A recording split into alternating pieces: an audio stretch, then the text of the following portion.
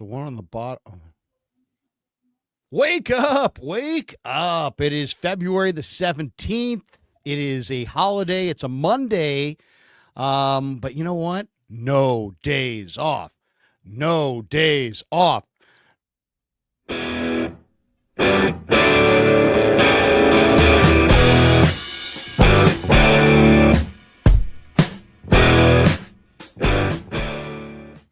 Yeah, no days off indeed, but we will start an hour later. Hopefully we got a little bit more beauty sleep and are properly primped and ready for you. Welcome. It's great to have you here on Wake Up.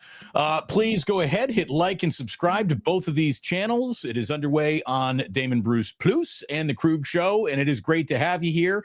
I know that the entire world was thoroughly unimpressed by the NBA's All-Star game last night. We will tuck that away to the end of the show because we're all here to talk a little football before anything else.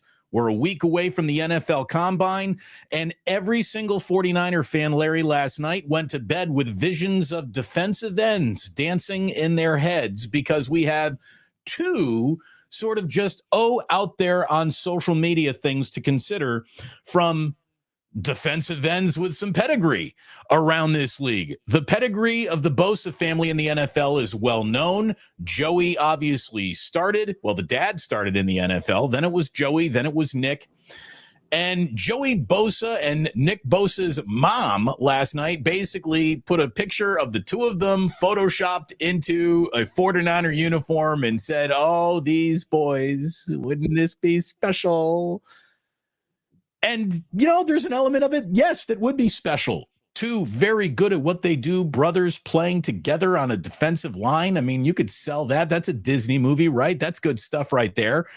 But honestly, availability matters. And I would approach any Joey Bosa conversation as carefully as humanly possible, Larry. I mean, if the price were right, if the price were a song, sure, we could sing this song, but it better be priced right. And I'll just tell you, historically, the Bosas ain't in the business of giving hometown discounts to any football team they have ever seen.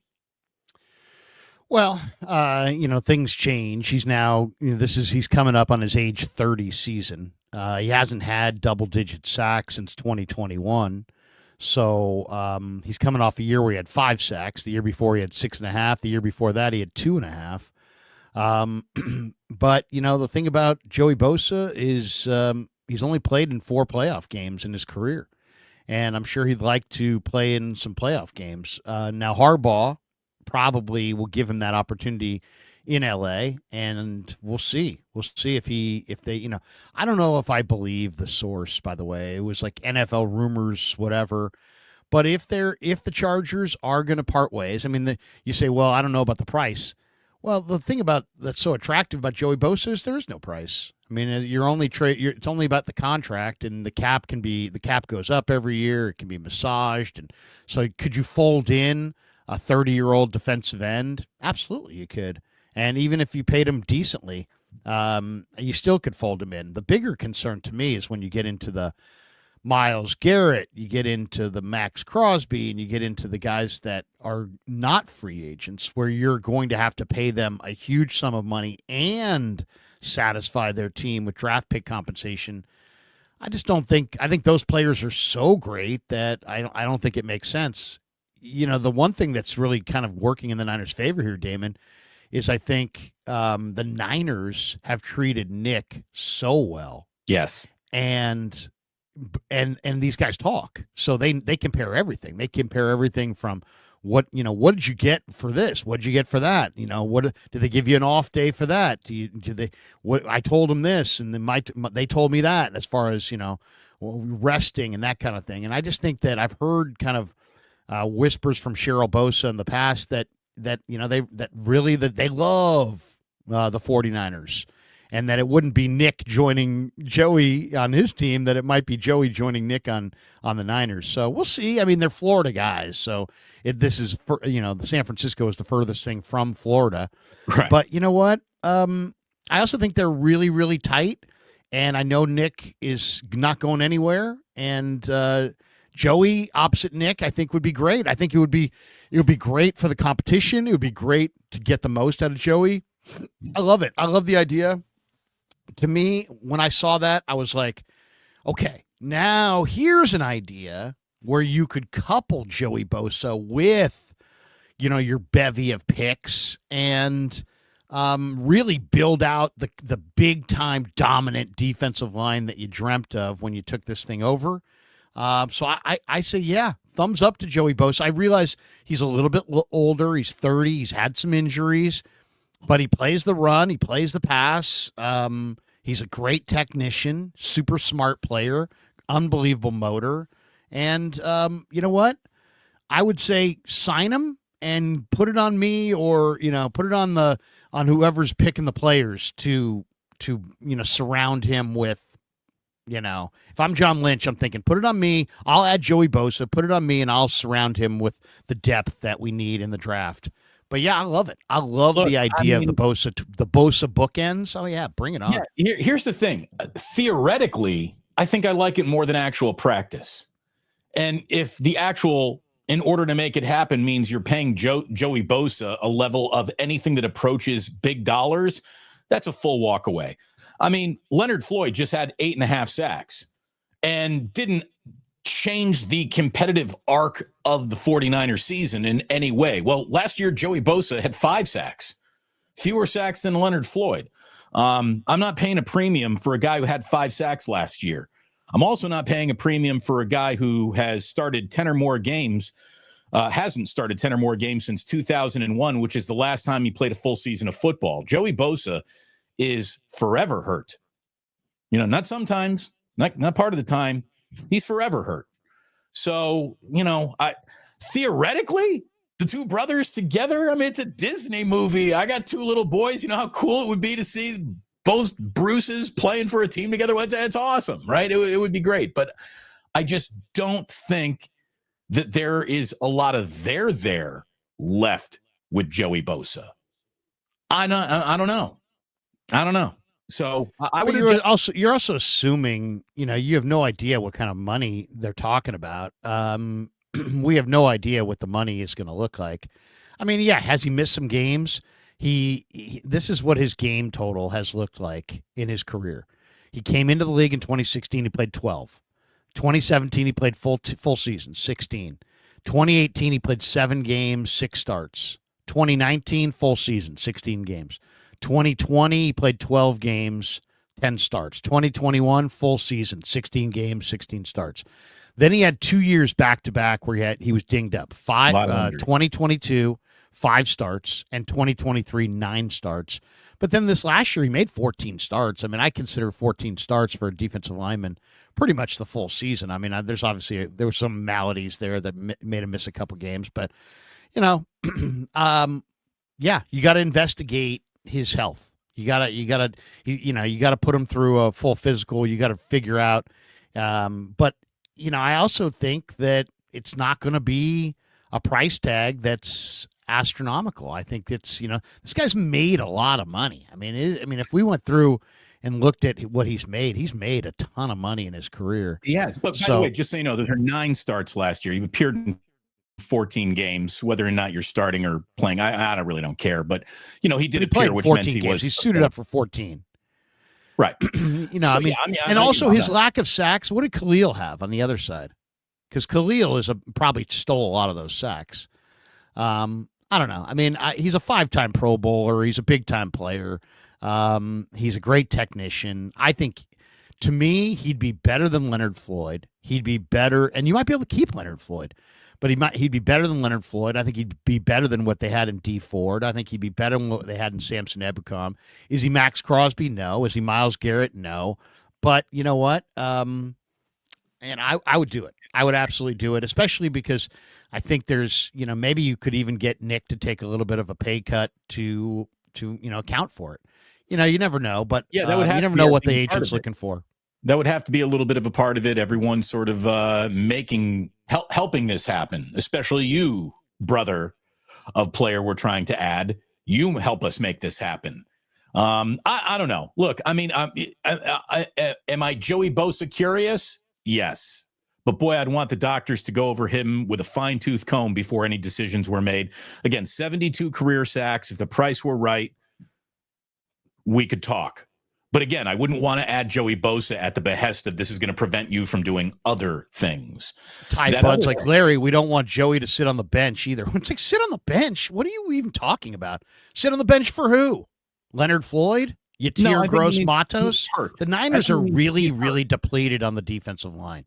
They need all the help they can get. They need free agent help. They need draft help. They need guys that can potentially draw a double team. This guy can, and when he's healthy and rolling. So when he's healthy and rolling, though, that's the key phrase, though. When he's healthy, and I think that's what Ty is talking about here. He's just he might not be available very often, even if you do make the move. So, how good is a move that you like if it's not out there playing for you? Yeah, I mean, we could say the same thing really about Nick. I mean, do we want to go through Nick's card? Nick missed 3 games last year. He's only played. He missed all of the 2020 season. So I mean, injuries happen. I don't think Joey Bosa is injury prone. I mean, they both brothers have missed time going back to Ohio State, but you know what? Here's the thing. Beggars can't be choosers. The Niners absolutely have to. They want to contend next year. They want to have a dominant front seven, but they really are armed with more draft picks than they are armed with free agent, salary cap room. And here's a guy like Bosa who isn't going to cost you any picks at all. And so you could store up your picks. And then cap-wise, you could spread it over a couple of years. The cap's going up. I think the Joey Bosa, if it's real, I don't know if it's a real story, but if Joey Bosa is really out there, I mean, you look at it this way, Damon. What are the odds that the 49ers will be able to outbid every other team in the NFL for Myles Garrett, or somehow Mark Davis trades with the Niners for his best player? Trades his best player to the Niners, who he absolutely despises. He wouldn't allow Khalil Mack to go to the Niners. Wouldn't even allow the Niners to bid on Khalil Mack. But he's now going to hand Max Crosby to the Niners for some reasonable amount. No way. Either Mark's going to want just a bounty. From what I heard, the word was bounty. He wants a bounty of picks. Okay, so what are the odds that you're going to get Mark Davis to trade you Max Crosby for a fair price? Almost nothing. No chance at all. What are the chances that you're going to be able to outbid every other team in a trade to get Max Crosby, who the Browns at this point are saying they don't even want to trade? Not likely. But what are the odds? I mean, Myles Garrett. That what'd I say? You said Max Crosby. You meant Myles Garrett. Myles Garrett, yeah. But what are the odds that the Niners could land Joey Bosa?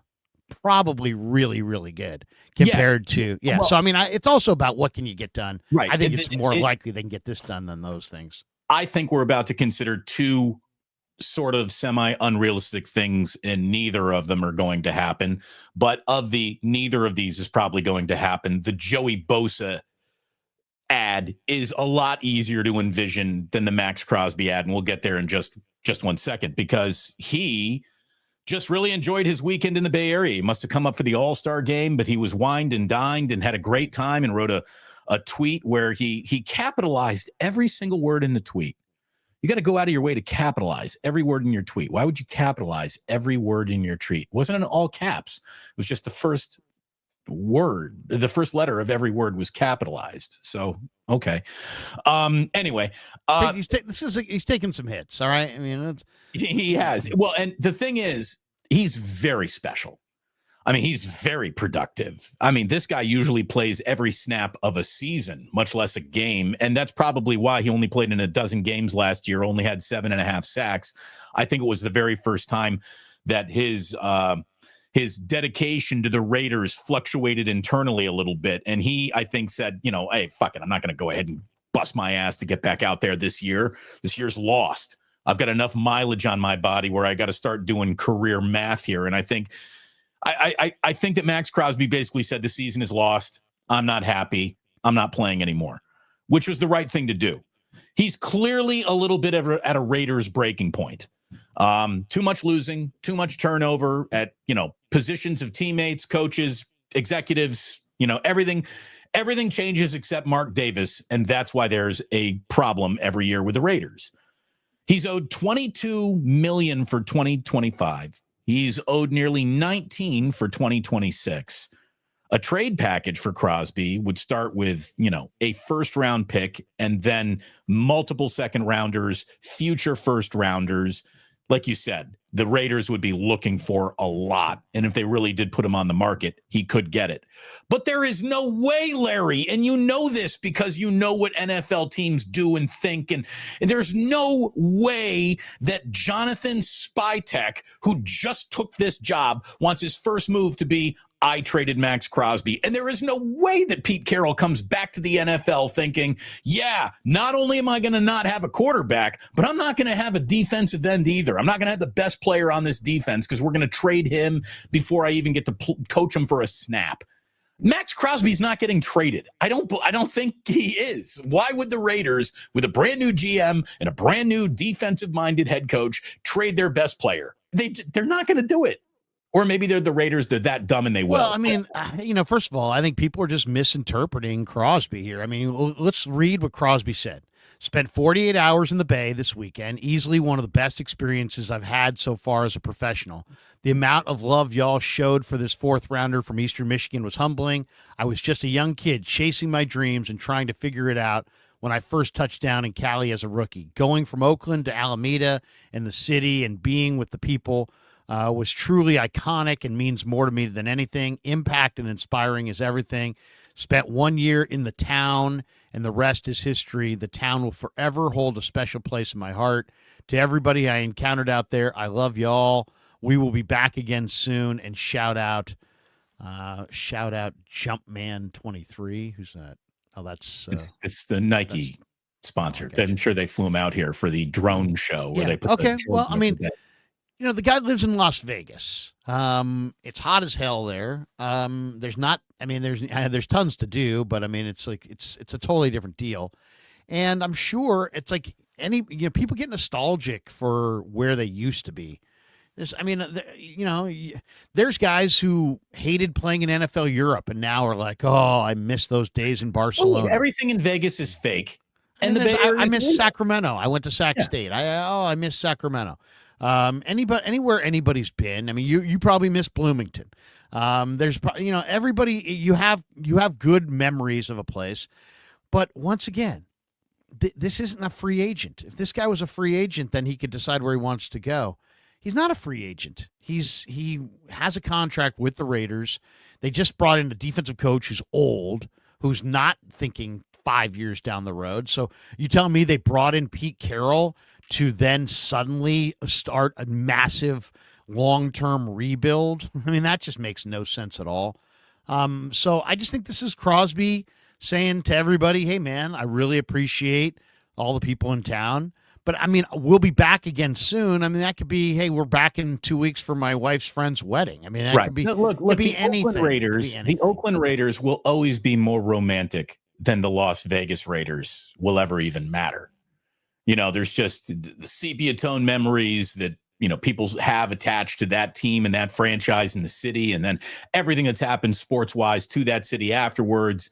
Oakland is a sports sympathetic figure if there ever was one. It sucks that all that has happened. But yeah, Max Crosby saying, I'm going to be back soon, maybe means for a taco that he likes. It's got nothing to do with it. It is weird, too, that you assume that he was out here for the All-Star weekend, yet at no point in time, other than the Jumpman reference, does he even reference like the All-Star game. So, well, I mean, the All-Star weekend was a snooze, but whatever.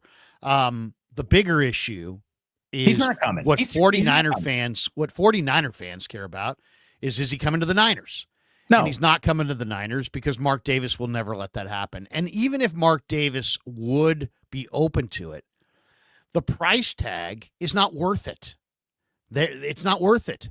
It's not worth it to trade. I mean, literally these.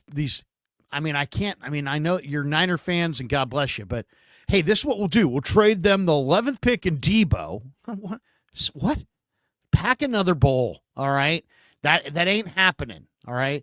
It's going to start with multiple ones, multiple twos, probably a 3, a 4, a 5. I mean, we're talking about 6, 7, 8 pick bounty. The Niners are not in position. Go watch Mayoko's video from the other day. He's totally right. He totally changed his tune on the whole Myles Garrett thing. At first, he was like, "Oh yeah, Niners will kick tires."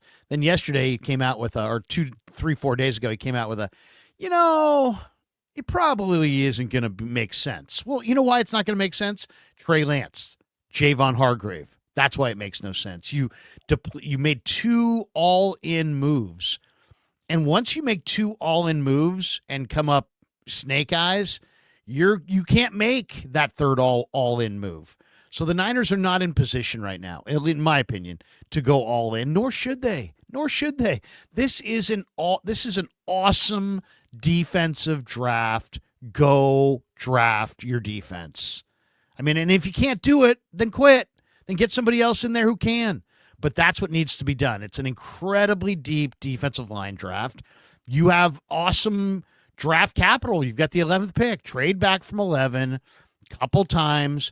Wind up with 2 or 3 extra picks on day 2 and go draft 4 or 5 defensive linemen and make your own great line. No more shortcuts.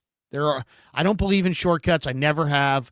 And the Niners tried to be, we got to get Trey Lance because he's the athlete that will shortcut our battle with Mahomes. And it didn't work. You blew a bunch of picks. It bombed. Purdy saved your bacon. And then you did the same damn thing with Hargrave, all in on a guy who doesn't play the run, and then got rid of all your run defenders, and then you were shitty against the run. So that wasn't good. And on the tail end of those 2 moves, it's time for you to draft some volume. Right. I mean, look at it this way. The 49ers spent the money on Hargrave that the Eagles wouldn't. The Eagles replaced him with drafted players that were better than him. Right. And they won the Super Bowl. And they've got a cheaper, younger, more defined line right now, and you have Nick Bosa and Evan Anderson and question marks. I don't look at a free agent as a shortcut, but the timing on free agents and when you sign them has to be as right as the contract that you're actually signing them to. And I just don't think at this time, with Purdy about to get paid, that it's the right time to make a singular splash for Myles Garrett. Or a guy like, Max Crosby, or again, Joey Bosa, probably the most attainable for the least amount of capital of the 3 players that we just talked about. So that brings us back to Joey Bosa. But the reason why we're talking about Joey Bosa is because his mom tweeted something. His mom's Instagram account told us to talk about Joey Bosa this morning. This didn't come from a little birdie told Matt Mayoko last time he was having a snack with John Lynch that they might be interested in. There's no insider anything. This is Joey Bosa's mom photoshopping a picture of her boys in the same NFL uniform. So I want to show something. But she's a great source. Right? I mean, she's a great source. I mean, let's not laugh at Cheryl Bosa. Cheryl Bosa easily could have talked to Joey. I don't think that Cheryl Bosa would have put this out just because the NFL rumors, blah, blah, blah, put it out if there was absolutely nothing to it. So I actually look at this as she saw the same thing on Twitter that the rest of us saw, but she also has the ability to call Joey. And she probably knows that the Chargers are going to part ways with Joey. I don't know. Really probably. Yeah, Mom, go ahead and Photoshop me and put that out there. I just don't know. Yeah, first of all, why would you want your mom to go down a road publicly if you said, hey, man, I just talked to Jim. I just talked to the GM. I ain't going anywhere. I'm not going anywhere soon. So you could put that out there, Mom, but you know what? I ain't going anywhere. Okay, so she probably wouldn't. She may be putting it out there because there might be some truth to the idea, at least, that he could be gone. But I want to share the screen because this illustrates the Niners issue right here. This was a graphic that I saw this weekend that's really good. Oops, sorry about that. Hit the wrong button. Try that again. How graphic is your graphic, Larry? Is it meant for children? Can kids see this? Yes, the kids can see this. Okay, good. So here we go. This is a tweet that was put out. and it's each NFL team's percentage of first and second round picks that are starters. And I'm not sure how far this goes back, to be honest, because it doesn't say. But what doesn't matter? The Bears, who never do anything really in free agency and have drafted a lot of guys and aren't a very good team, have 91%. But look at the Eagles. Eagles are at 90%. 90% of their first and second round picks are starters with the team. Look at the Niners. They're down here in the bottom of the league. Only the Commanders, the Raiders, the Vikings. That's an incredible average right there by Howie Roseman. I mean, if you told me that 90% of players were still on NFL rosters, I'd tell you that's impressive. But 90% of their picks are in the first and second round. They're 90. Okay, each team's percentage of first and second round picks. Okay, that are starters. Okay. So basically, the teams at the top here are doing the best at the top of the draft. And that's the Eagles. Right. And the teams that are at the bottom here are the teams that are doing badly at the top of the draft. And that is the Raiders, the Commanders. The Commanders don't even really count because they've kind of switched regimes. And then you've got a lot of upheaval on the bottom here. And the Niners right there at 43%. In other words, if the Niners could hit on their first and second round picks, they would be right at the top of the NFL with the Eagles and the best teams. But they can't, and they've missed badly. Now, Rob Lauder put out 49ers first and second rounders from when John and Kyle took over. Solomon Thomas, Reuben Foster, Mike McGlinchey, Dante Pettis, Nick Bosa, Deebo Samuel in 19 was the exception. Javon Kinlaw, Brandon Ayuk, okay, you went 50% there. Trey Lance, Aaron Banks, Drake Jackson, Ricky Pearsall, Renardo Green. That's what they've done in the first two rounds. Now, I actually retweeted this and said, look what they've done in the third round. Damon, the Niners in the third round alone have missed on Akella Witherspoon, C.J. Beathard, Tarvarius Moore, Jalen Hurd, Trey Sermon, Ambry Thomas, Danny Gray, Ty Davis-Price, Jake Moody, Cam Latu, and that's if you consider Jair Brown a hit. They've missed 10 times. 10 times. Now, they hit on Warner, they hit on Pooney, but those are 2 hits and 10 misses. You cannot have a 5-to-1 ratio of misses to hits in the third round and not feel that. So think about that. If they had 10 guys, Damon, they had 10 third rounders who were starters for them, they'd be the best team in football. Third rounders. How is it that John Lynch basically lives in a criticism-free world with all of these mistakes?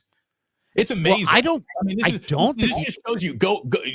I don't think he does. Well, have a strong jawline, be a Hall of Fame player. It'll let you get away with some things. But I mean, John Lynch's track record as a general manager is sketchy at best. It really is. Yeah. Well, I don't think he is under no pressure. I think okay, and let's be fair, right? Let's be fair to John. The Niners have had among the best and deepest rosters virtually all the time he's been here outside of those first 2 years, right? So he's done a good job. And they've done a really good job on day 3 and a really good job on trades. I mean, the Trent Williams trade, amazing. The CMC trade, amazing. All these trades for Charles Omenihu and Arden Key, they made several really good trades. They have been bolstered, Damon, by day 3 and after the draft and his trades. And it's been able to camouflage their total inability to hit in the first 2 days of the draft. Kings of the that fifth trend round. has to end, and I do believe that the Purdy contract could be a little bit shorter, and I think people will view that as no respect or no belief in Purdy. I think it's more of a hedge against the whole regime, because I think what they want to do is they want to make it a short. And this is a guess, but I think they want to have a shorter term deal so that, let's just say the Niners, Damon, win 5 games in each of the next 2 years. They can pull the plug on John and Kyle and Brock all at once and then go shopping for a new football czar with no entanglements. No, you still got this GM. Yeah, you still got our quarterback. Yeah, No, I think it's going to be a short-term deal. The end of Shanahan and Lynch and Purdy is going to be full onset regime change, tear it down, start back up, full reset button.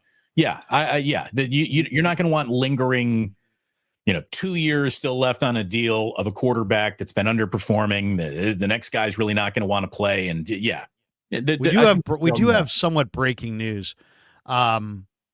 Okay, I have a friend of mine who works in the real estate industry who told me this morning that Brock is already in talks with mortgage lenders and is getting ready to buy a house in the Bay Area very soon. He's not going anywhere. His contract should be done soon, I believe. So there you go. I mean, this is nothing that we didn't already know. We kind of knew this, but this kind of adds more credence to the idea that the two sides are on the same page. It's going to get done, and it's probably going to get done soon. Look at it this way: if he's buying it, Larry, if he's buying in Los Gatos, maybe this deal comes in at 40 to 50. If he's buying in Atherton, it's a $60 million contract. Well, either way, I mean, I think if you're buying the kind of house that he's going to be buying, well, I don't know. Who knows? He probably has enough money coming in from Toyota alone to pay for that house in cash, and he doesn't care. I mean, it's probably not really, but I would imagine you want to get that deal done if you're going to buy a big house in the Bay, because we all know big houses in the Bay. Heck, you have a house in the city probably costs over $1 million. If he wants a big house on the peninsula or a big house down in Los Gatos, as you said, he's probably looking at 3.5 mil. Anything in Atherton. I think the average home price in Atherton is 7.5. I mean, it's the most expensive zip code in the United States. So maybe he could get a Cato Kalin pad and live in somebody's backyard in like a little crash pad with him. Purdy and his wife in Jed York's gazebo. Could you imagine? Purdy's in the, hey man, dude, I got this. My buddy's rich as hell. Purdy's living in his backyard. I mean, that's like the Bay Area and like 2,700 or something like that when nobody can afford anything. Yeah, I'm going to tell you right now, some of those Atherton pool houses are nicer than any home you've ever been in. So yeah, you'd be really happy with that. Seriously, you think Cato Kalin was struggling at Brentwood? He had a sweet old pad. I ever tell you I played golf with Cato? Yes, I played golf with Cato, and I peppered him with OJ questions the entire round. By the 17th hole, he's like, "Bro, let's talk about something else." I'm like, "No problem." He never turned around and be like, "Yes, he did it. I covered." Duh. No. Okay. There you go. So Max Crosby, Myles Garrett, Joey Bosa, they all could be coming. None of them could be coming, but that's the talk. And and then there is one other note that we probably should, that's news related on the Niners that we should share with the audience.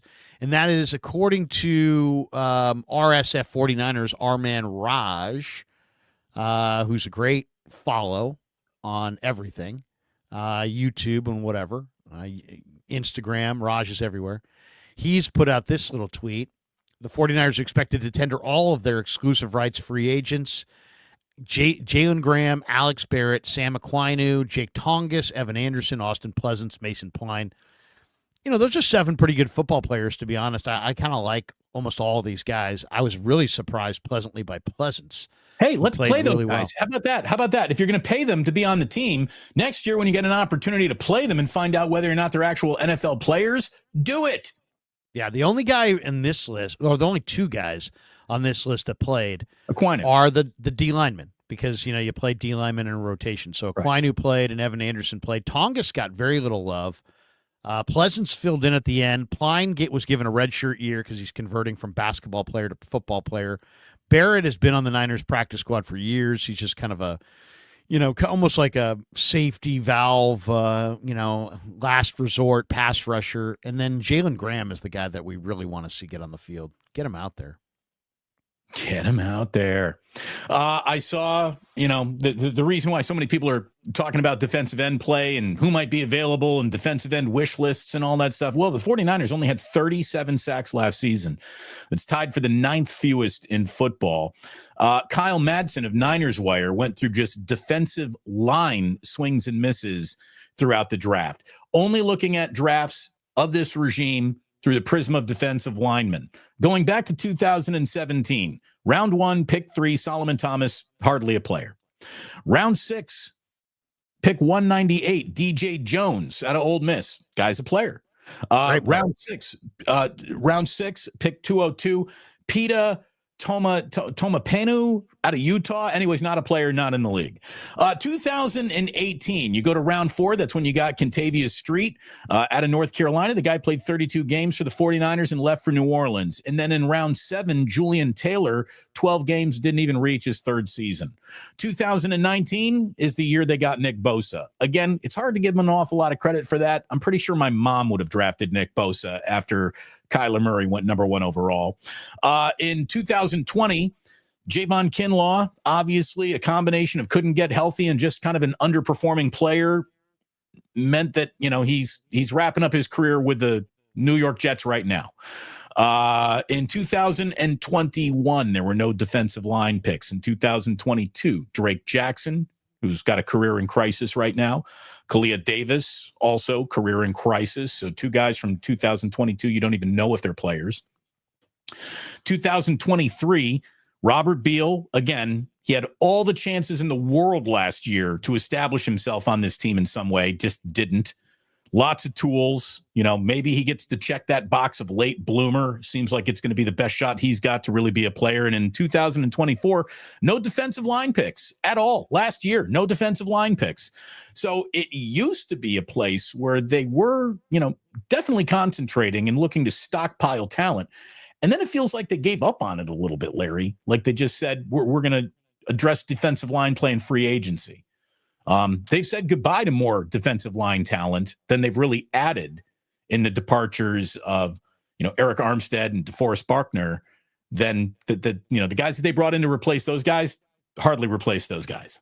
I mean, all you need to know is in the last 5 drafts, they've drafted 4 defensive linemen, Kinlaw, Jackson, Davis, and Beal, and they've combined for 13 sacks in 10 combined seasons. I mean, it just hasn't happened. And then the misses have led to bad decisions elsewhere. So they missed on Solomon Thomas. And so then they went, instead of going with Tristan Wirfs, they went with Javon Kinlaw. But then they missed on Kinlaw. So then they signed Javon Hargrave, and he gave them, they paid him $40 million. He played 22 games. He got 9 sacks. They missed on, they missed on Chase Young. They tried to get Chase Young.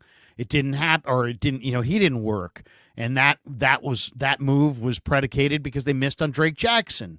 Then this last year they said, well, we're going to go with a bunch of veterans. And what was the result? Their defense gave up 436 points, the most their defense has allowed since 2016. So, yeah, I mean, Larry, this is the area they wanted to be dominant. I just got a text from my wife. She needs me upstairs. I'll be right back, Larry. Okay, I'll be right back. I mean, this was they gave up 436 points last year. That was the worst ever, or since 2016. So, I mean, their defense has backslid dramatically. And then someone said, don't forget Randy Gregory. They also had to pick up Randy Gregory. So they've been trying to, plug holes on their defensive front. It's time to invest. Now, look at the Eagles by comparison. The Eagles, since 2021, drafted 6 defensive linemen: Jalen Carter, Jordan Davis, Jalix Hunt, Moro Ajomo, Nolan Smith, and Milton Williams. And all 6 of those guys played key roles on their defensive line's dominance over the Chiefs' O-line in Super Bowl 59. So, it's interesting. It's like, why are the Eagles on top and the 49ers aren't? Well, I mean, really, it's because of the D-line. The Niners have not been able to, both teams want to have big, dominant, physical defensive lines. They don't want just 4 guys. They want 8 guys. So they, both teams want to dictate everything with their defensive front, except the Eagles and Howie Roseman and their scouts have done a much, much better job than the 49ers and their scouts. The Niners leaning on a defensive line. I mean, if you look at the Niners on the defensive side of the ball, it's Nick Bosa and Evan Anderson and not much else on their defensive line. At linebacker, you have Fred Warner and not much else. So, I mean, they really need to do a draft where they invest significantly in their defensive front 7. And it's not, I know it always plays to the fans of, because fans don't follow the draft. They don't follow college football. So I could say, oh, no, you know what? Don't get Myles Garrett. Go get this guy, and this guy. And I could be totally right. But it's not going to necessarily resonate with the audience. Why? Because they're not watching LSU. They're not watching Georgia. Or if they are, they're only watching for a bit. They don't know what they're watching, or they haven't watched it enough. But they know Myles Garrett, and they know Joey Bosa, and they know, Max Crosby. And it's easy to be like, dude, we need a pass rush. Get Max Crosby. Well, it's his name brand. But if you're going to trade 6 number pick, it's going to take. These conversations, I've seen the way they go. Go get Max Crosby. Offer him the 11th pick. Okay, that's great. Thanks for coming. Thanks for your contribution. You're just not getting it done. And if you want to know what top guys have gone for in the past, go look at these other defensive players that have been traded in the last, let's say, 10 years, and look what they went for, and then come back and tell me, oh yeah, just trade your 11th pick for Myles Garrett. You know what? I would too, but I don't think it's possible. Let me tell you what Khalil Mack went for. He went from the Bears to the Raiders, and the Bears got a 2019 first-round pick, a 2019 sixth-round pick, a 2020 first-round pick, a 2020 third-round pick, a 2020 second-round pick, and a 2020 fifth-round pick. 2 firsts, 2 seconds, a fifth, and a sixth. Right. So 6 picks, 2 firsts. So, do you want to trade 6 picks and 2 firsts? I don't, because I really believe that I could use those 6 picks and 2 firsts and trade those 2 firsts down and wind up with 10 picks if I wanted to. And I'll take my chances with 10 picks. Here's the other thing. When somebody is, people will say, well, the Niners have 11 picks. They don't need 11 rookies. Well, you're assuming that they go 11 for 11. And nobody goes 11 for 11, ever. So there's a failure rate in these picks. So if you really do want to come out of a draft with 10 or 12 players like the 49ers need, you probably need to draft 15 or 16 players, right? Because you're not going to hit every time. You're going to miss a couple. Just the way it is. So you got to accommodate, you got to account for that. And so it's very painful to trade 6 picks for one Larry, I don't player. care how many picks you actually got. If you come away from any draft class with 4 players, you had a hell of a draft. You had a hell of a draft. You get 4 real NFL. This guy, he's a player. He's going he'll get his second contract with us. We know that. 2 practices into his career, we're already thinking about his extension. If you get a player like that, you get 4 of them in any one draft. You had a monster freaking draft. You really did. It's such an inexact science that the amount of attempt to break it all down before it actually happens. Look, it's a lot of fun. I love draft season, but it is insane how we have given ourselves to this. It's a road to nowhere. You have absolutely no idea where you're going on any. The guy that is absolutely guaranteed to be a blue chip, no doubt about it, player has as much of a chance to fail as anybody. Nothing proves that you can play in this league until you're playing in this league. I don't care what your pedigree is coming out of college. So I love it. I love the draft. I love the combine. Starts a week from today on Monday next week, Larry. We're in Indianapolis watching 40 times, right? It's going to be great. It's the bloodline to the sport. You can sit there and deny it, do whatever, say marginalize it, minimize it. Nobody knows anything. I've heard all of the stuff for 25 years. Nobody knows anything and this and that. But you know what? That's not true. There's lots of people that do know lots of things. And just because there's a failure rate, there's a failure rate in people, just period. Here's the thing about the draft. You're going to get you're projecting from a college player to a pro player, so that's difficult. But then there's also the free agent part of it is, what are you going to do? How's player X going to respond when you take away his motivation? Most of these NFL players outside of quarterbacks and very high blue chip number ones, are guys that literally are living their life on the edge. They're playing a very violent game. They risk paralysis on every snap, and it could be over at the blink of an eye at any moment. On any snap, your whole career could be over. So they're living on the edge, and they're living paycheck to paycheck. They're big paychecks, but they absolutely are living paycheck to paycheck. Right. And so there's a desperation. What happens? Free agency is a big part of, okay, you take a guy who's been super desperate. Now you give him security. Now you give him money in the bank. Now how's he going to respond? Some guys are not going to change at all. They're going to invest that money. If anything, it's going to make them work harder, and they're going to be better. But other guys they've got a million hangers on. They're going to start opening bad businesses and pissing away money left and right, giving it to relatives, giving it to friends. Their life suddenly gets really, really complicated. So you have to kind of know who you're signing. And I would only sign guys in free agency of the highest character, because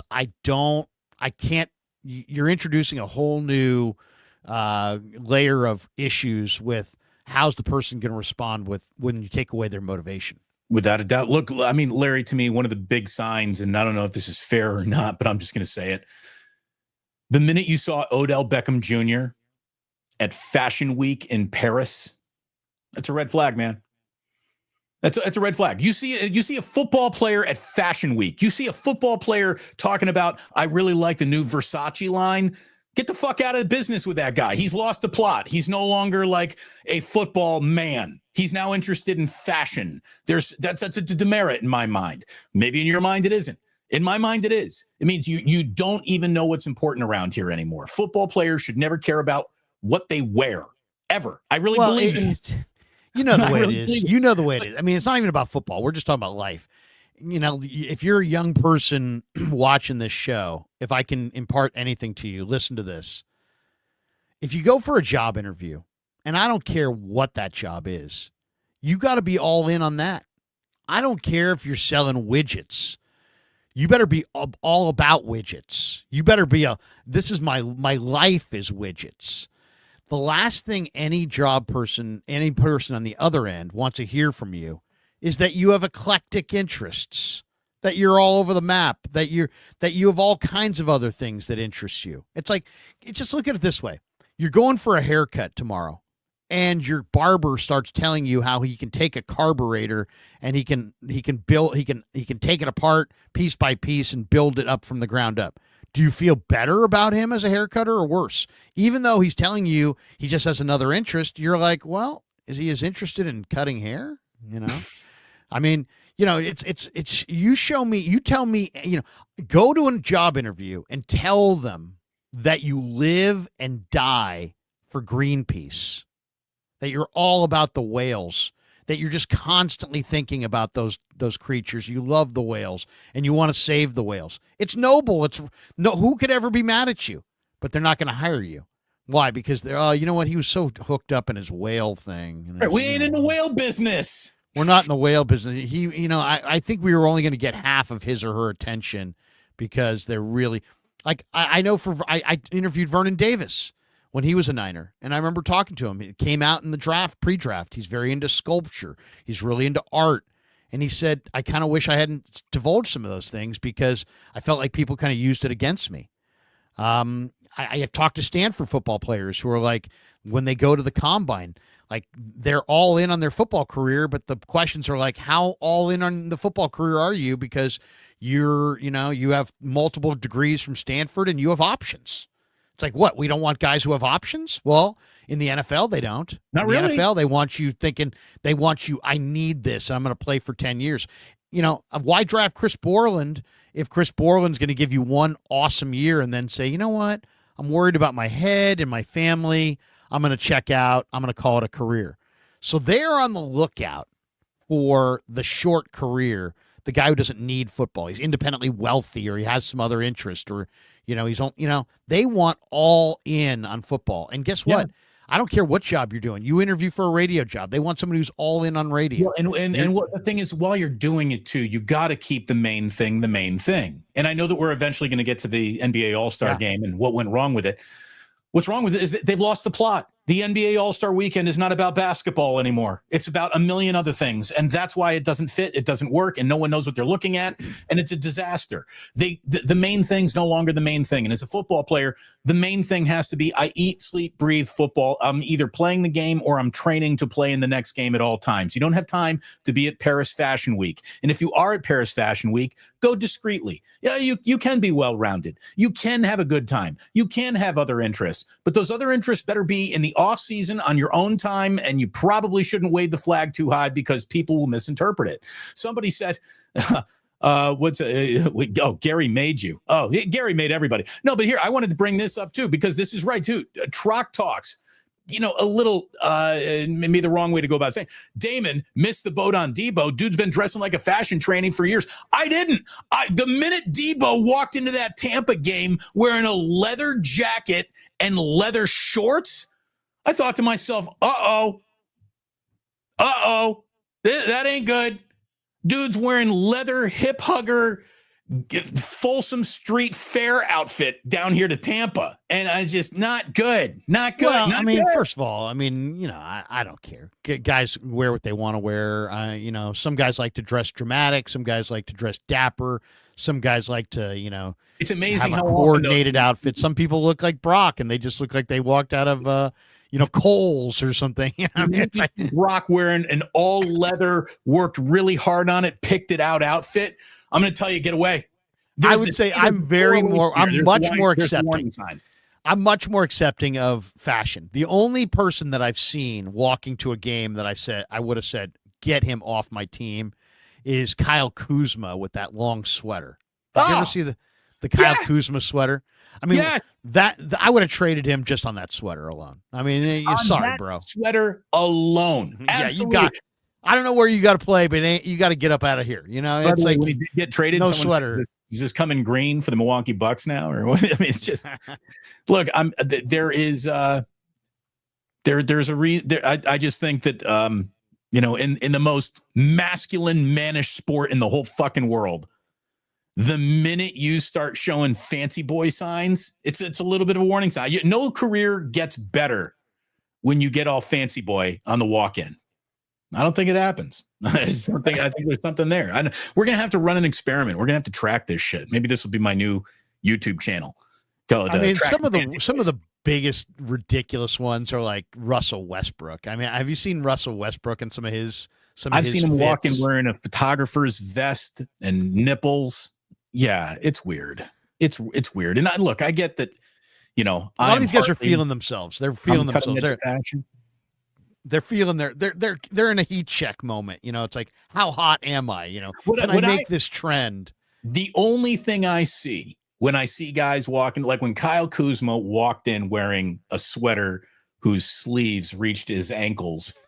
Ridiculous. When he walked in there, the only thing I see is you have so insulated yourself with a group of yes men and ass kissers that you don't have a single friend left to tell you look like a fucking idiot right now. The best thing you can do for your boys is keeping them in check.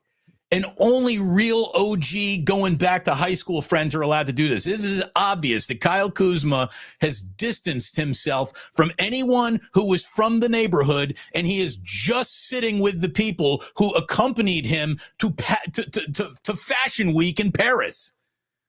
Seriously. Get the fuck out of here, man. By the way, and it's like he needs his girlfriend to say, yes, you look fat in that or something. Just please don't ever wear that again. Oh man, that's the awesome. Only other thing that sweater was the worst thing of all time. I got to see if I can find a picture actually, Larry, because we're talking about it. That wasn't a sweater; it was a cry for help. Let's be honest. I guarantee you, I'm going to type in to Twitter Kyle Kuzma. And I'm going to see if sweater comes up. No. Okay. Now I give a space. I type in S.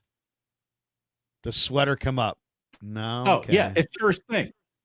It's the first thing that comes up. Here, Larry. I got to show it to people because it's so bad. No, here, I got it We're right talking here. about. I got it. Here, You have it? Oh, yeah. there you go. I mean, come on. Look at that. You're cut. Bro, that's it. I'm sorry, man. I don't care what you're averaging. I don't care how you play. Sorry, man. Look at it this way. There aren't enough points and rebounds available in a basketball game for me to ignore that sweater. I mean, that's a Snuggie. I don't know what the heck that is. That's just so brutally bad. I don't even know what this guy's saying about it, but I'd love to hear it. What's wrong? What's wrong with people? Anyways, okay. Look at that sweater. Look at that thing. Anyways, the only other there it is. There. It's unbelievable. The only other bit of news here, Larry. Oh, that's beautiful. The only other bit of news is the 49ers have hired a new defensive backs coach. His name is Ray Brown. He comes from Bill O'Brien's Boston College staff. That's where he was this past season. NBCSports.com says that he was a cornerbacks coach at Washington State for 2 seasons before making the move to Boston. I haven't found any NFL coaching background on him, but None. as far as I'm concerned, he hasn't had any. Okay, well, there you go. And as far as I'm concerned, Larry, I got no problems with it because whatever Robert Saleh wants, Robert Saleh gets. And Robert Saleh obviously wants this, right? One, as far as like, what does this mean as far, for the Niners? One guy that this could be coming to the Niners is Donovan Izaraku, who is the Boston College edge rusher, ridiculously long arms, really high motor. I think he was like second or third in the league or in the country this year in sacks. Donovan Izaraku. So maybe look for Donovan Izaraku in the mid rounds coming to the Niners because he also played at Boston College. It's not a lock or anything, but Niners definitely need a defensive end. This guy plays incredibly hard, and now a guy who knows all about him just has been added to the Niner coaching staff. So yeah, I don't know what it means, but Donovan Izaraku from Boston College would be a great Niner if they could get him. And this guy, I don't know anything about him because he coached in college, and he doesn't really have a reputation that I know of, at least. But you know what? A lot of the college coaches are really good teachers, and if they could get a really good teacher in the secondary, they got a lot of young players back there. I mean, a lot of young players. So it would be nice if they could, coach them up a little bit. And maybe a college coach is exactly what the doctor ordered. We'll find out. By the way, just one more note on this. B4 Time says grown men talking about another man's outfit. Who is suspect? No. Just because I tell you you have a booger hanging out of your nose doesn't mean I'm obsessed with boogers. It means you got a booger in your nose. That's all that means. It's not, you're not supposed to interpret how I feel about the booger. I'm just letting you know you got a booger hanging out of your nose. Kyle Kuzma, you got a booger hanging out of your nose. You're welcome. Well, come on. You don't wear a sweater like that in a situation where you're going to be filmed if you don't want people to talk about it. Right. He wants people to talk about it. A grown man talking about another man's outfit. And Joey Nichols, 20 minutes on dudes' outfits. Yeah, I don't think we wasted 20 minutes. I don't think we went 20 minutes. But by the way, I'm going to tell you right now, I don't care how unpopular this is. If you have tattoos all over your face, if you're in the facial tattoos are cool mindset, every single facial tattoo should read, "My dad didn't love me." Every single one of them should read, "Desperate for attention. Please ask me about my facial tattoos." I actually am a big fan of facial tattoos and the people that get them. So I just want to say that Damon's anti-facial tattoo rant is not for me, man. If you have facial tattoos, I'm thinking about getting one. So I'm thinking about maybe a train and then like a Niner logo and then pictures of my kids. Larry, I got a fat enough face. I could probably get them all in there. Maybe across your forehead, it should just say "football guy" with like 6 U's. Wait a second. Maybe I could get a pig in a pickle and a Mancini's. A Mancini's right there on the neck. Better. better. I want to look like the inside of a bathroom door. That's what the facial tattoo says. I want to look Never like go against the facial tattoo guys. Those are the last guys you want running up on you. Damon doesn't like facial tattoo guys. I love you guys. I'm down for the cause. Mike Tyson, I think that the thing on the eye, he's all there. That wasn't a cry for help. Anyways, by the way, as we were talking about Ray Brown coming in, the guy who spent an awful lot of time with the 49ers defensive backs obviously was Brandon Staley. The news on him, Larry, is that he did interview for their defensive coordinator opening yesterday. Ian Rappaport said that took place in New Orleans. So it looks like Brandon Staley is probably incredibly likely to get that job and will be moving on to bigger, better things. And you know what? I'm going to wish him luck. I got no problems with Brandon Staley. He's still a very young man. He's got 25 years of NFL coaching in front of him. He's younger than we are, for God's sakes. So, good luck, Brandon Staley. Thanks for the memory. We don't know what you did. He's already gone from the Niners, so I'm not worried about him. But Josh Williams is not gone from the Niners, and he is one of 5 finalists for the Jacksonville GM job. And I did find it very interesting. It's like Trent Baalke led a search for his replacement, and then, it's like, well, why don't we just go with me? And then Shad Khan went with him. And then this year, they finally got rid of Trent Baalke. They replaced him with Ethan Waugh. Ethan Waugh is a former Niner executive who left to go with Trent Baalke.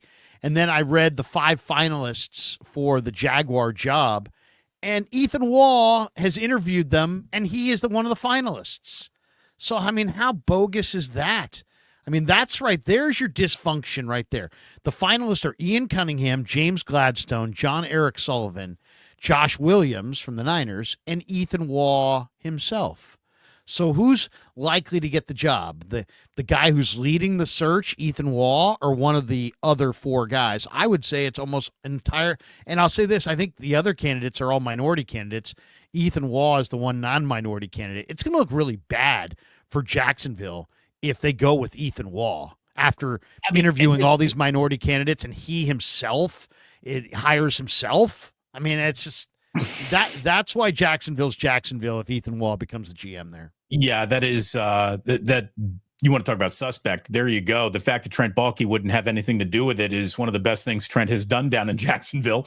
That is a very weird way to go about finding stability for an organization that is dying for some stability. It really is. There are some teams. Could you imagine if somehow some rando person in the Niner front office led a search, interviewed 5 or 6 candidates or 10 candidates, got it down to 5 finalists, and then was like, you know what? I think I'm the guy for the job. I think it ought to go to me. Larry, it's so corrupt. Larry, I have conducted a comprehensive coast-to-coast search, and it has led me to me. Right. My search led me to myself. I interviewed all these guys, and they were all fantastic, except none of them were me. So I went with myself. You're not going to believe this, but Larry Krueger chose to go with Larry Krueger. It's a shocker. I thought he might go in another direction, but Larry went with Larry. Wow. No one saw that coming. So that is really all we have on sort of a slow news weekend. Obviously, the NFL's information war machine will be revving up in overtime a week from now. It is the NFL draft in Indianapolis. All the young men invited. It is a huge week. Again, it's got to be on game film, but then you can go to Indianapolis and you can give them measurables that just take you from a day 3 pick to a day 2 pick to a day 1 pick. Could take a day 1 player, have them going in the wrong direction. If the interview goes wrong, the medicals go wrong. This is it's the biggest job interview in the world. It really is. So what I love is when they bring out the 40 times and my eye starts clocking as well as a digital stopwatch. Like, give me like 20 reps And Larry, I'll be able to tell you the difference between a 4.6, a 4.5. Like just with my naked eye. I got it. Like I can get it down. I can see the speed. I can call it with pretty good regularity. I'm telling you, it ain't that hard. I mean, I can eyeball it, and I've played this game, where you're sitting there watching it and go, you know what? That's 4. Have you ever gone to the combine? Were you ever there? 4.49. One time. One time. Well, I mean, it must have been what, really early 90s when you were CFL? Yeah, it was like 1994. Okay. Or 1993. Yeah, 1994. I mean, it must have been it's been a long time, but I mean, literally, it's a lot of the things are still done by the same people. I mean, like the same guy from the Steelers scout Mark Borchik from who works for Blesto and the scouting combine. He's right there, telling the guys at the he's the guy who basically tells them, okay, get in your stance. All right, we're gonna try that again. He's the guy at the beginning of the 40. And I know him, and it's funny. It's all the same people. It's all the same people. It's like a little reunion. But I'll say this: the combine should not. I mean, it's interesting because, like for most football fans, they watch pro football, they watch a little bit of college, and the combine is where they actually start to see the players. And then that's usually why people are like clamoring a lot of times for the guys who light it up in the combine. But really, you got to know who the good players are well before the combine. And then you can't allow the combine to do too much. I mean, to me, the combine would discredit you, but I don't like, to me, it seems like I look at the combine as we know who can play. Now, of the guys who can play, how many of them are futuristic great athletes? And so there's some guys that, oh, man, the guy could really play, but he's just not an NFL caliber athlete. So then that marks him down your board. Right. And then like, for me, I don't like the opposite. I don't like the opposite, which is he's an okay player, but he had a great time, and now we like him in the third round. No. You've blown it. You've missed the boat. Don't do that, because that's the problem. That's because it's not football. Like the rest of the offseason is not football. So if you talk to Matt Miller right now or Daniel Jeremiah, they're setting their board right now before the combine, because that's what real scouts do. The combine should just tell you that, right, hey, you know what? It should confirm things. Yeah. Well, the medicals are big. Yeah. The medicals are huge. I tell you, I'd be asking everyone, do you own a pair of leather shorts? If anyone says yes, just take them off your list. I don't like that. No, but just show them a Kyle Kuzma sweater and just say, what do you think? What do you think of this? It's like a Rorschach. Hey, you know what? Where can I get one of those? Oh, you want to get one of those? Line through that guy. Guy shows up to the combine wearing the sweater. Just all of a sudden he gets to the door. It won't even open. Dislocates his shoulder trying to open the door. Somebody works out. Somebody does their 40 in the sweater. The wind resistance be like the wind resistance on that sweater. The fact he still ran a 4.5, that's an elite athlete right there. Dude, this guy ran 4.42 with the sweater. I mean, that would just be epic. There are also guys who are just A+, kissed on the forehead by God, athletes and physical specimens, who don't have the work ethic. They just don't. Some guys were so much better than everyone that they played with, just rolling out of bed, that they never really got into technique because they were just so much better than everyone. I'll give you one. I'll give you one, Damon. I'll give you one that you see a lot.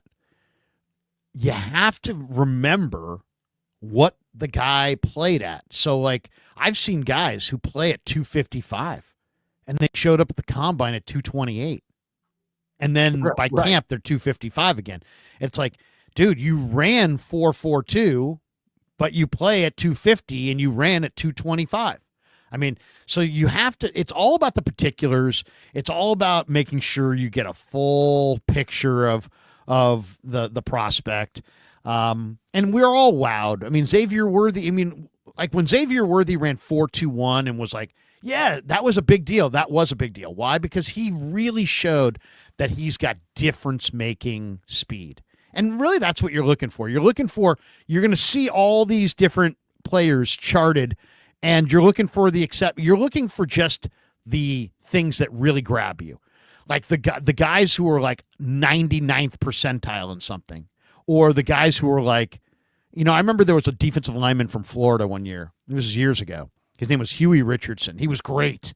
He was one of the best defensive ends for Florida, one of the best in the SEC. Awesome player. He had like 5 reps of 225, and he's a defensive end, and that's just too weak. That's just too. It's instantly disqualifying. And it was like immediately, and it was a red flag, and then he was a bust because he just didn't have any. Then there's like a Mike Mamula. You remember Mike Mamula? He went to Boston College. Eagles drafted him. He was okay at Boston College. Good player, solid player, solid. Nothing more. He goes to the combine. He ran 4.58.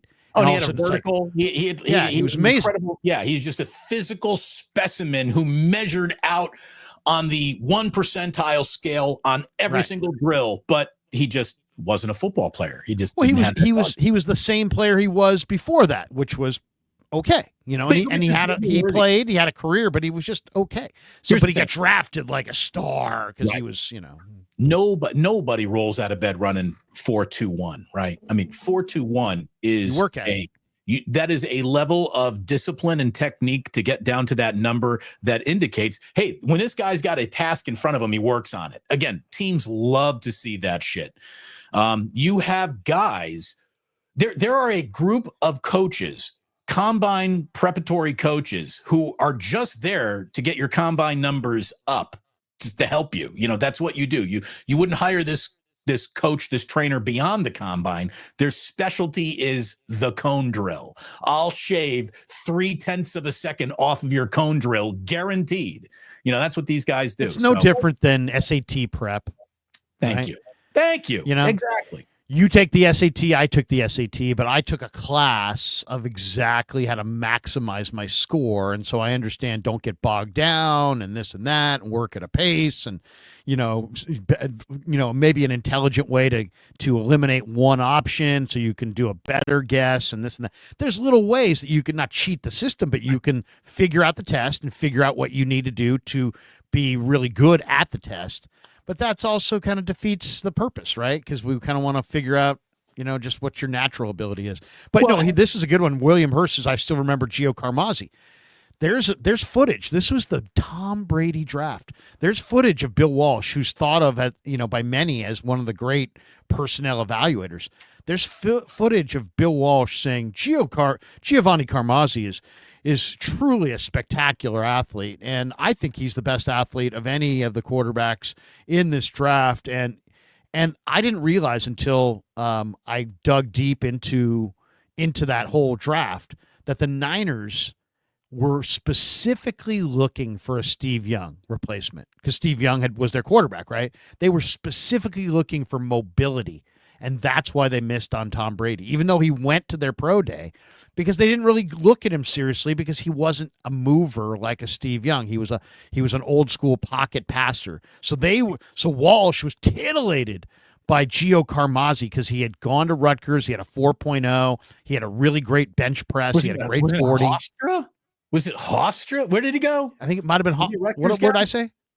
You said Rutgers. I think it's Hofstra. It might have been Hofstra. But I mean, they loved him because he benched a ton and he ran really well. And he was a good foot athlete, and he was a good resume prospect. He had a good resume.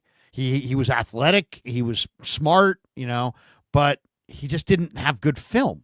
And if you watched him throw, Damon, it was the most embarrassing throw I've ever seen in my life. It was like a push. He literally pushed the ball with his hand. He was like, ugh. I mean, you're supposed to throw the ball. And it was like, what? I looked at him one day. I'm like, that guy sucks. And he never made it to the regular season.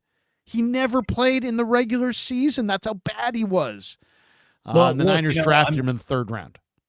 If these combines were, if everything that happened at the combine was so important, guys like Juwan Jennings wouldn't be great stories. Juwan Jennings, I'm sure, had a red line drawn right through his name by a lot of teams based on that 40 time that he did not run impressively. That got him to the Niners. And I'll tell you, Juwan Jennings is a really good wide receiver. I don't give a shit what his 40 time is. There's a difference between 40-time fast and football fast. He's fast enough to be in a football game. It was amazing. I remember that day too, because the Niners drafted him. He had a terrible 40, and all my friends who cover the SEC and all my friends down in Tennessee, and I've got a bunch who down there, we're like, dude, Krug, you just got a great player. I'm like, are you kidding me? This guy runs 4.7. There's 49er offensive linemen that run this guy. Oh, no, forget that. This guy's the man. And Jawan this, Jawan that. And they were right. So you know what? Sometimes you got to listen to these people. Maitland says, Larry and Damon, how many times can you rep 225 on the bench? So in college, I would have probably repped that out 8 to 10 times. At this point in my life, that's not a rep. That's a max. There's no way I'm putting 225 up once right now. Maybe once. But I'm not repping it. I'm just getting it off my chest. It's a lot. 220, two plates is pretty big. Pretty much. I'll say this. I could do it. I could do it if it meant you have to move this and then get out of the burning building. I could move 225 pounds, but I couldn't move 225 pounds in a bench press repetition to impress anybody. That would be for me. That would be right now maxing out. Like for me, when I go to the gym with Kev, I'll go one plate, 135. Then I'll put a 10 on, go 155. Then I'll put a quarter on, go 185.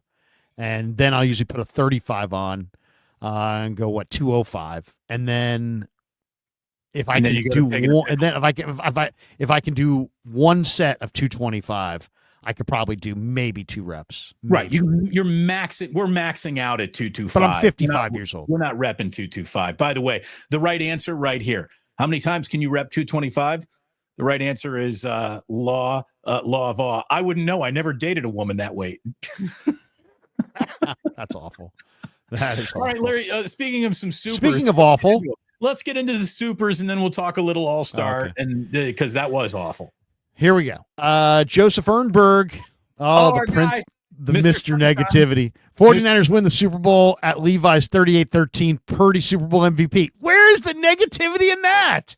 Joseph it must be opposite day in the Ernberg house. Joseph. Come on, Joseph. Joseph, I would really appreciate it if you could come back with one more super. It could be for $1.99, but something that's a little bit more in line with your negativity. I don't, I cherish the negativity of an Ernberg. Don't disappoint me. Fuji Simeon says, convincing Mark Davis to make a trade with the Niners will require Jed, John, and Kyle to get the Davis haircut. LOL, Crosby price tagged would be too high.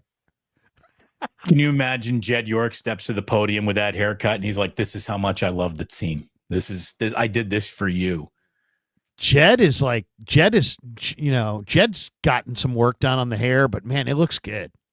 I'll say this, whatever, he's got the money to make it look good, but whoever he's going to is doing it right.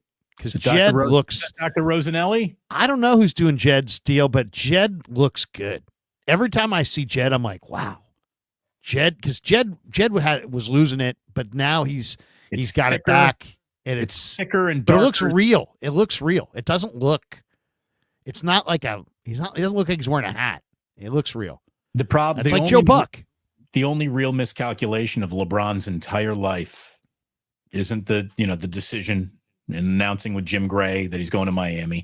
It was he got the hair replacement treatment 2 years before they really nailed that treatment. They really made it look good. So LeBron was just an early adapter, and that's why his hairline is still a work in progress. I think he should just shave it. He looks good with a shaved head. Come on Friday says, are the scouts the same peeps that what's that? That okayed Kinlaw and others. In other words, are the same eyes that said draft Solomon Thomas, draft Javon Kinlaw still making draft decisions for the 49ers? That's what I think that is. Some of them. I would say some for sure. Some for sure there. Yeah. Some have moved on, but some are there. Namely John Lynch, namely Kyle Shanahan. They're still in the building. Yeah. Fuji Simeon 13. Hate to bring this up, but Snell is just gushing to spring training media about how happy he is to be with the Dodgers and how great the organization is.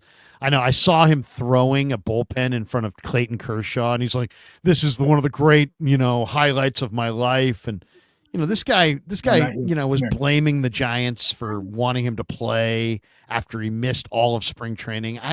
There's something about Snell that's really loathsome. I'm really glad that Snell's not here. Somebody wants to get to the exploratorium here, Larry. Look at that kid. Look at that kid. All right, let's get through this. Fuji, Simi, and Larry, let's be honest, SI Wildcats would wear the Kuzma sweater. Ha ha. You want to say hi to Uncle Larry? How you doing? Is this Oz? This is Jack. This is Jack. This is the older one. This is Jackie. This is 5-year-old Jackie right here. Who combed that hair? Mom was on that. That was that's a good-looking comb job right there. Here, lean into the picture there, buddy. Look at that. How handsome you look today. Oh, this kid, look at fresh shave too. Look at that. Yeah. Oh, it's a fresh shave. No stubble. I mean, that's just thing. That beard is really manageable. Larry said that you shaved this morning. Did you shave? shave? The shave. Yeah, look at that. You didn't shave? No? Look at these. Got the dimples. You go upstairs and tell mommy I'm 10 minutes away, okay? Okay. Love you, buddy. All right. There you go. Very cute. We get this one from Fuji. Larry, to be fair, Kuzma's sweater was white, but it got mixed with colors in the wash and came out pink. Kuzma gave a shout out to his stylist and designer. That's awesome. Micah Cervantes says, trade Mason. Mason's value is the highest it will ever be. He's not as good as everyone thinks he is. Get more picks, draft a couple backs. That could happen. I would say, there probably is a market for Mason. You probably could get a 3rd or 4th round pick for Mason, maybe a 5th, but I don't think they're going to move him. I think he'll be back. I really do. By the way, Mark says that's a good-looking kid. I'm just going to tell you, we got a very handsome UPS driver. So, yeah. All right, so let's hit the NBA draft, the NBA All-Star Weekend. Okay, here's the bottom line on the thing. Mac McClung won the dunk contest, and it was an amazing dunk contest. He jumped over a Kia. He looked like he came within about an inch of serious injury, catching his foot on the edge of the Kia, but he didn't. He jumped it. He was far and away the best dunker. He saved the dunk contest. I didn't even see the 3-point shooting contest, but I heard Buddy Hield got hot early and couldn't finish it. Did you All-Star Weekend? I mean, I didn't watch any of the All-Star game yesterday. I taped it, but then I came back from dinner. We went out to dinner with some friends last night, came back, and I was like, I was going to watch it, but then everybody was panning it, and I'm like, why am I going to watch some terrible event that everybody's panning? But I may watch it later today. But here's the deal. So what I thought I was going to like the least about it was this new style of these teams playing to 40 and the actual competition in those games, although it wasn't anything to write home about or remember. It was the least offensive thing of the entire evening. The dead time. They stopped the championship game for 17 minutes to do a skit honoring inside the NBA and dressing, Charles Barkley and Kenny in fishing hats like they're gone fishing. Like it was off What about Damon? What about the over on the screen? It was a reason to change the channel. Kevin Hart needs to be banished from future sporting events. Kevin Hart, who is a very funny comedian, whose Netflix specials are really good, out of the context of him doing stand-up, Kevin Hart is not an ad. I don't get it. How the NBA said we need a Lilliputian-sized comedian who isn't very funny and has zero chemistry with anybody out here. And the guy was in the way all night long. Mac McClung was a highlight for sure. Maybe the only highlight of the entire weekend, except for Chris Paul and Victor Wembanyama trying to game the skills competition where they just threw the ball off the rack. They didn't even try to shoot it. They were disqualified. That was something else. Meanwhile, hockey players are dropping gloves and fighting 3 times in the first 9 seconds. The difference between that was weird too. That was Canada and U.S. fighting each other. Yeah, which that's just hockey players. You're not going to be able to get anything like that. But yeah, I mean, this is an event. I mean, a couple thoughts. One, we're all nostalgic about the dunk contest. But if you actually spent the time to watch the NBA channel replays of the past dunk contest, you would realize that those dunk contests exist in a greatness level in our minds. They weren't as great as they I watched the 84 Jordan Dominique first showdown. It was totally forgettable. They both did. I mean, Dominique did some amazing reverses. Here's the thing: but, Dominique should have won that dunk contest had it happened anywhere but the United Center. Well, I think you're talking about 88. This was 84. Yeah. Okay, they met in 84, Jordan's rookie year. But they had them both. They had them all there. All of the dunk contests live in a greater area in our mind. If you actually saw the dunks that they did, they're dunks that would get people to be like, no, right. I've seen that. No, 6.5. It's no big deal. No big deal. I mean, they weren't great dunks. So I just think that we have a different image of the dunk contest. Here's the deal. The past dunk contest. We hold the dunk contest to a higher standard than we should. That's one. Here's the deal. But two, why are we doing so much? Why do we honor? What is this over the top honoring of Vince Carter? That was really weird too. I mean, is Vince Carter a good dunker? Sure. But it's not like Vince Carter is like worlds better than all these other dunkers. I mean, Dominique Wilkins was way better dunker than Vince Carter. I didn't get that at all. Vince Carter in the Olympics dunking over the 7-footer was incredible. His all-star dunk. He's a great dunker. He was great. But what I don't understand, what helped, hold on, those dunks might have been forgettable, but the players who did the dunks weren't. The NBA All-Star Weekend needs more NBA All-Stars involved in it. There are way too many future prospects, G Leaguers. Again, Kevin Love of the Miami Heat tweeted something out after All-Star Weekend. He's like, you want to go ahead and improve the dunk contest? Why don't you let every single player in the NBA know that a white guy keeps winning this during Black History Month? Do we have your attention now? Like, I mean, that's a stupid. That's a the stupid NBA All-Star needs NBA All-Stars. Who cares what color anybody is? Well, no, but who cares who Mac McClung is? That's the thing. Mac McClung is a professional dunker. He's the best dunker there is. Okay, so get him in there. Let him in, I guess, because he's a professional dunker who gets 5 minutes for the Orlando Magic, so he is qualified to be in this. He's appeared in one game all year long. He's not an NBA player. He's made more money from the dunk contest than he's made in his career. Right. That's crazy. But the McClung thing is not the problem. The problem is that, the guy, it's like there's the great players in the league don't want to participate. LeBron didn't want to play. He didn't play on the All-Star game. People are like, he's done enough. Okay, fine. But he still was there. He was there. He got on a plane and went there. So, I mean, it's one thing if he's like, he couldn't play, he couldn't go. But you're there. So he took somebody's spot away. So, I mean, it's like he should have just given his spot to somebody else. Other people did that. Why couldn't LeBron give his spot to somebody else? Instead, he didn't. He took up a spot, then didn't play. So that's bad. Steph didn't even play in the 3-point shooting contest. That nobody wants. The dunk contest was awful because nobody made a dunk. These guys all missed their dunks. I mean, it's not a great dunk if you miss it.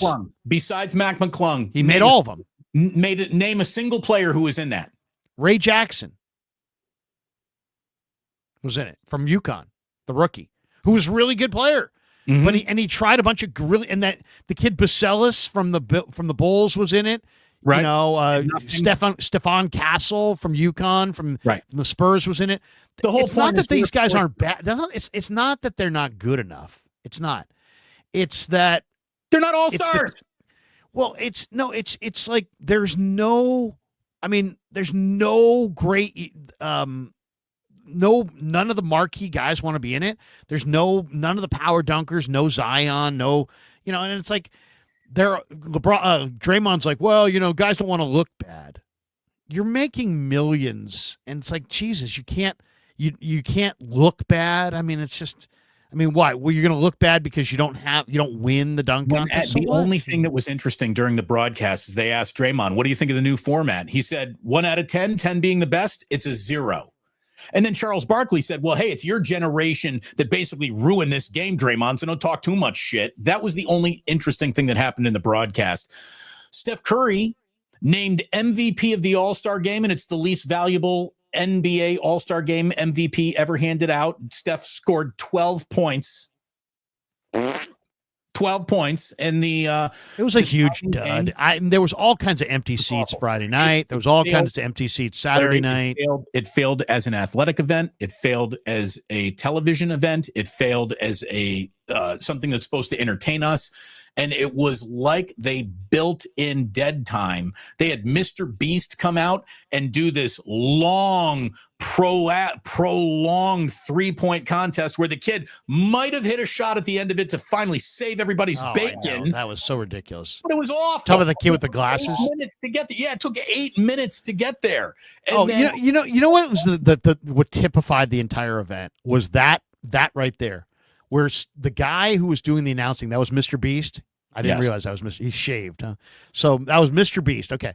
So you got some massive YouTube guy because they're trying desperately to just pump up their numbers any way possible. It doesn't even matter if it's basketball. It's just like anybody who's got a crowd, you've got an audience that you could potentially, we can somehow cherry pick so we can try to claim to the masses that that our league is popular even though it's fucking dog shit and nobody watches it at all. Come on down, Mr. Beast. And then one of the classic moments from All-Star Weekend was when he says, Shaq, get over here, blah, blah, blah. You come over here, coach this guy. And nobody came over. And then the guy missed a couple more, and then a couple guys kind of wandered over. It's the most reluctant thing. Charles didn't show. Where was Barkley? Didn't even show. He was there. He was there. He was? Well, that's the thing. So he didn't do anything all weekend. I didn't see Charles all weekend. They had the TNT crew doing the play-by-play for these games. And again, they're not in-game broadcasters. The NBA Inside the NBA crew is the best pre- and post-game show we've ever seen. In the game, they suck. Guess what? As a play-by-play guy, Ernie doing that wasn't good. It just, or Brian Johnson or Schneider, whoever the other guy was, just was not good. They didn't even get Kevin Hart in there, for goodness sakes. Like it just, or Kevin Harlan, I should say. Look, how do you fix this? I do not know the answer to that. I've seen, have players put their own money on the line. The losing team is truly embarrassed somehow. How about a new rule that says anybody on a losing all-star team this year is no longer eligible for the all-star game next year? No, that can't happen either. But the truth, here's the thing. I can't have to, so you want to be a Girl Scout. Okay, well then I shouldn't have to incentivize you to want to sell Girl Scout cookies. That's part of the gig. Let's just talk about it. Let's talk about it for what's happening here. Let's talk about what's happening. It's become to be incentivized. It's become tennis. It's become tennis. When do you ever see tennis players interviewed? When was the last time you saw a tennis player interviewed? They don't. They're not interviewed. They don't care because they're making more money than they've ever made before. But no, their sport is less relevant than it's ever been with the masses. There is no connection. There's nobody anywhere that has a connection to any tennis player. But tennis players don't care. Why? Because they're making huge, huge money. And that's where we're at in the NBA. The NBA, nobody knows any of these guys, and nobody cares. Nobody goes. The ratings are terrible. I mean, let's just be totally honest about this. They turned off a lot of America with their slogans on the court and everything, all of the political stuff. And you go political, you die. And that's just the way it is. And Silver leaned into it, and LeBron and the players were all for it. And, they're lecturing. They're just not very likable. Nobody likes them. So nobody watches. It's really kind of sad. It's like the NBA audience is so passionate about the people that love it so much, but it's no longer mainstream in any way, shape, or form. It's not even close to the NFL. Well, I mean, and neither's baseball, by the way. Baseball and basketball have totally lost their way. They have no idea what they're doing. The baseball all-star game used to have great memories in it. Now they used to have everybody wearing their uniform and their hat. Now everybody's wearing the same uniform, but the only person that you can identify from more than 40, 50 feet away is Aaron Judge. That's so it. No, look, you have these drab brown and gray uniforms for baseball. They don't give up. They used to have all these guys playing in their uniforms. Now they don't. They did have them play in their uniforms for the dunk contest, but for the All-Star game, they busted out their own All-Star uniforms. So you can't really tell what teams are being represented. You can't tell if teammates are playing with each other. The court sucks. Don't be afraid to let a little wood actually be shown on the court, okay? Like to have everything painted, and then you lose the blue jersey while you're on the blue portion of the court, and you only really pick up the player when he's in the yellow key. Like the court is ugly. The uniforms are ugly. And again, I shouldn't have to motivate a professional basketball player to want to play hard when you're on the court with the other best basketball players in the world. They don't want to play hard because it's about looking cool. Well, and looking cool is not playing hard. Well, you can't look in their mind. You can't look cool and play hard. So one's got to give, and it's like we won't play hard. We won't play deep. They have no idea. They basically are a bunch of kids that inherited a bunch of cash from people who did real work, and now they're sitting there and they're pissing away their grandfather and their great grandfather and their great great grandfather's inheritance. The saddest thing of all, I'm watching All-Star Saturday. They've got Oscar Robertson sitting right there. He's one of the greatest players of all time. He's yawning. He's yawning. He looked like he looked pissed. None of the all-time old players looked happy to be there. I mean, only Chris Mullin, and that's probably because he probably got a nice fat check to go, hang out all weekend. But other than that, I mean, the Oscar Robertson looked like he wanted to leave. Tim Kawakami had a quote from somebody who was like, some all-time NBA greatest, probably Rick Barry, who was like, this was the most embarrassing thing of all time, and was just. They've lost their way. Well, nobody's watching. They went super political, and now they're guess what? You go super political, that's fine. But guess what? Half the people who don't like your politics don't like you anymore. So guess what? Guess what, Adam Silver? You never should have gone political, because political divides people. You don't want to divide people.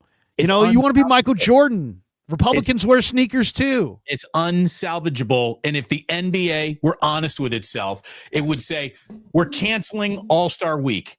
We're canceling. Just play the regular season. You don't need another break in your season. Just keep playing. Play your 82 games. Get it over with. We all agree it takes too long anyways. Cancel the game. The game is now an embarrassment. I don't care what kind of a profit center it seems to be or an attention grabber. I saw that the NBA enjoyed 1 billion social media impressions. Yeah, that's 1 billion people saying Mr. Beast. No, it's Mr. Beast. It's having Mr. Beast. He's the guy. I mean, I guarantee you, they on one of the All-Star Friday or whatever it was, they had some guy there, and they're like introducing him. They're like, this guy has 250 million followers on YouTube, and it's like just some dude, just some guy. It's like, okay, great.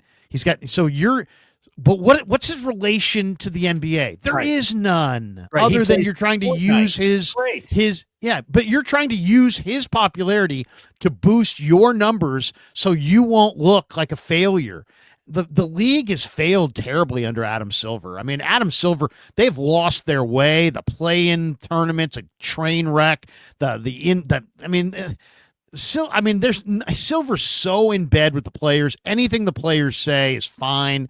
It's like, guess what? Nobody gives a shit anymore. Nobody cares. And you know who cares the least? You, your players, your LeBron, Steph, these guys, they don't even want to do it. It's all obligatory. I mean, it's obvious. And you're sitting there and you're watching,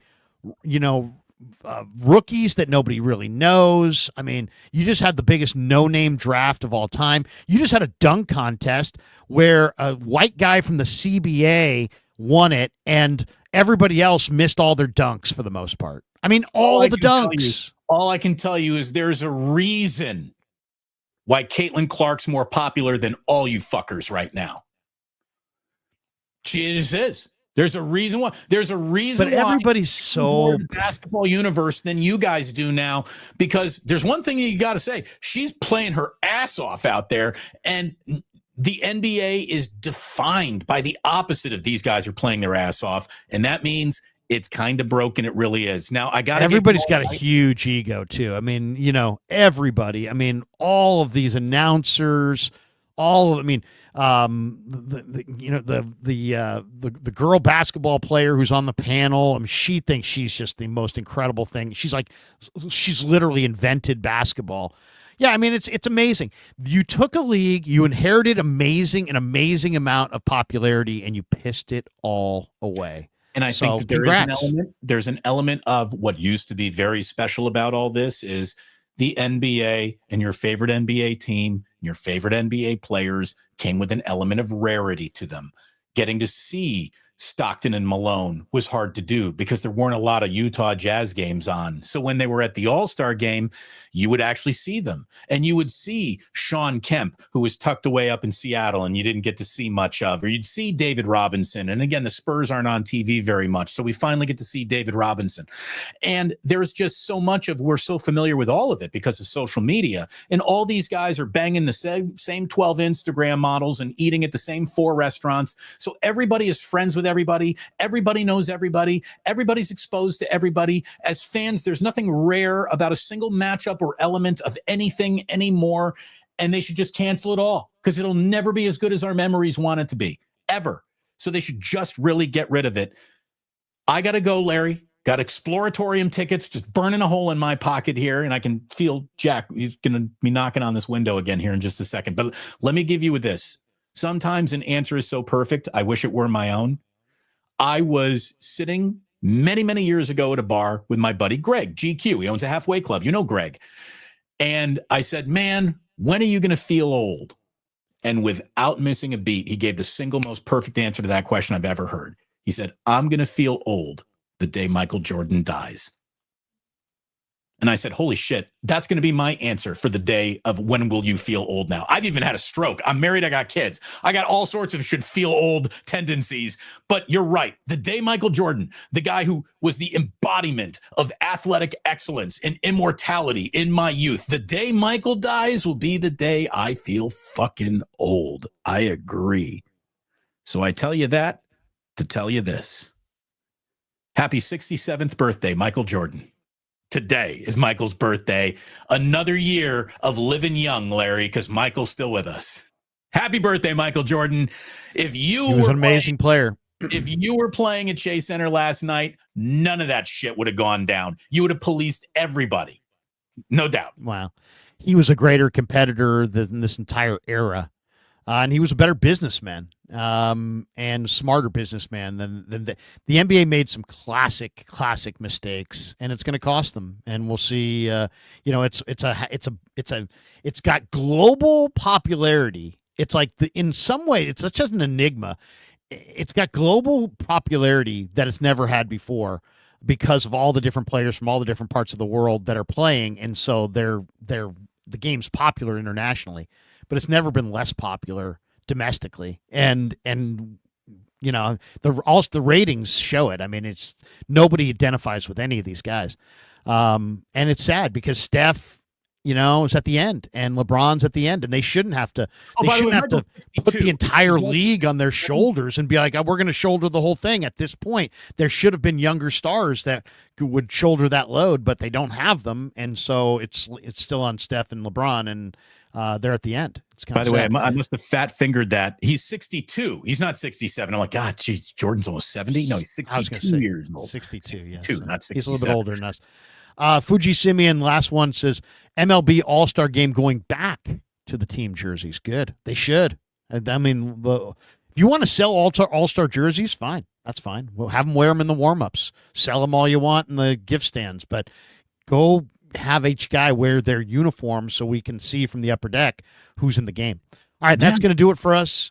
Thanks to everybody. Thanks to all of you. Have a great rest of your Monday. I'm going to be off tonight for Niners Nightly because of the holiday, so I'll be back with you tomorrow night at 6 o'clock on KMBR, so look for that.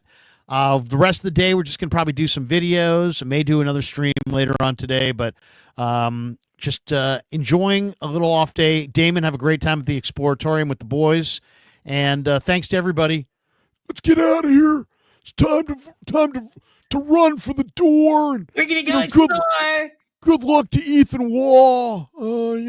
Hopefully Ethan Waugh gets that job. I know he interviewed all those other guys. Breaking news. Bengals are planning on franchise tagging Higgins. There you go. If you wanted Higgins to be a Niner. Is that Higgins from Magnum PI? Anyone else get that joke? Higgins, Magnum PI? No, it's probably working a little older. The Dobermans. I love those Dobermans. That does it for us. Have a good day, everybody. Peace.